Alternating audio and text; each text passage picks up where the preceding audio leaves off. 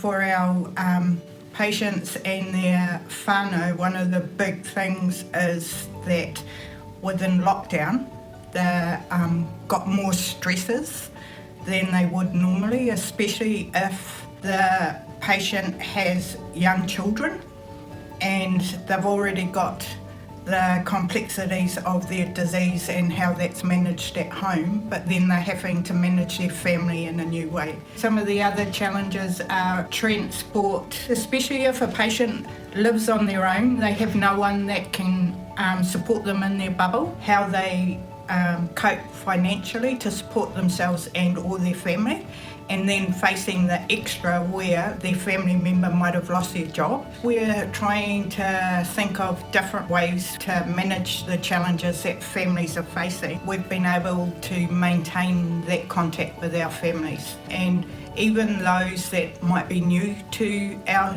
service, we've been able to in some way still build those relationships and manage that whakawhanaungatanga and ensure that our patients aren't isolated.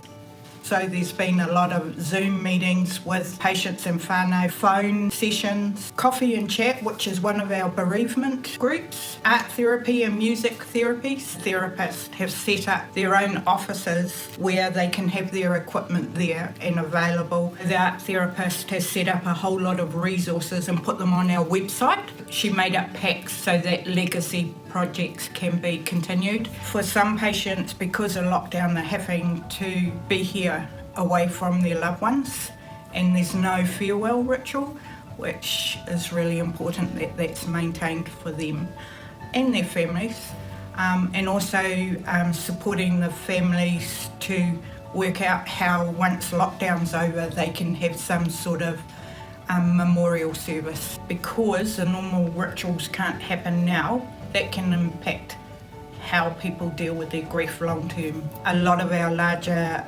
whānau, specifically Māori and Pacifica, who are wanting to have those tangihanga rituals respected, they are struggling, but because we've got our Māori liaison, we're able to support the whānau. One of the challenges I've faced with our patients and whānau is not being able to reach out and touch them.